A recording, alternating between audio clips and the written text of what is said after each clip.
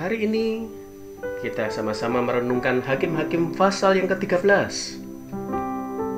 Kita membaca Hakim-Hakim 13 ayat yang ke-6. Kemudian perempuan itu datang kepada suaminya dan berkata, "Telah datang kepadaku seorang abdi Allah yang rupanya sebagai rupa malaikat Allah, amat menakutkan. Tidak kutanyakan dari mana datangnya, dan tidak juga diberitahukannya namanya kepadaku." Setelah membaca pasal ini, Anda tentu akan sepakat bahwa malaikat Tuhan tidak pernah menemui Manoah secara langsung ketika memberitahukan bahwa istri Manoah akan melahirkan Simson. Ketika pertama kali memberitahukan perihal Simson yang akan dimiliki oleh pasangan ini, malaikat Tuhan memilih untuk mendatangi sang istri secara langsung.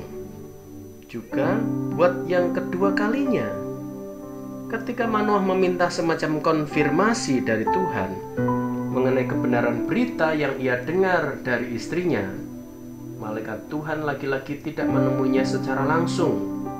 Buat yang kedua kalinya, malaikat Tuhan menghampiri sang istri justru saat Manoah tidak ada di dekatnya. Manoah baru benar-benar bertemu malaikat Tuhan secara langsung dan mendengar berita bahagia itu sendiri ketika kemudian istrinya memanggilnya. Mengapa seperti itu? Kemungkinan besar karena istri Manoah memiliki kehidupan rohani yang lebih mantap daripada suaminya. Sikapnya saat menerima berita itu rasanya juga menguatkan alasan ini. Ia sama sekali tidak protes ketika malaikat memintanya untuk menjaga kehamilannya kelak. Ia taat saja dengan apa yang malaikat itu katakan. Selain itu, ia juga terkesan sangat familiar dengan kata nasir yang tercatat dalam hukum Taurat. Andai kata ia bukan wanita taat, sudah barang tentu ia tidak mengenal apa itu nasir Allah.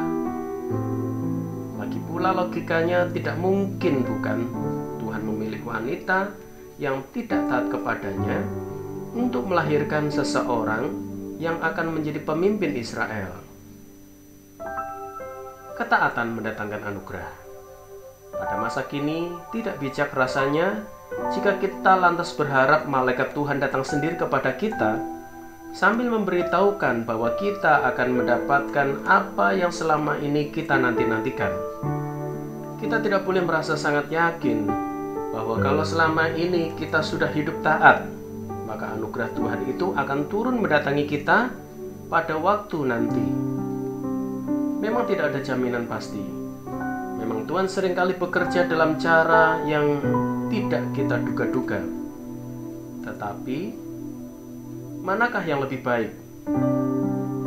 Hidup taat dan berpeluang menerima anugerahnya sesuai dengan yang kita harapkan, atau hidup tidak taat dan jelas mendapatkan kebinasaan?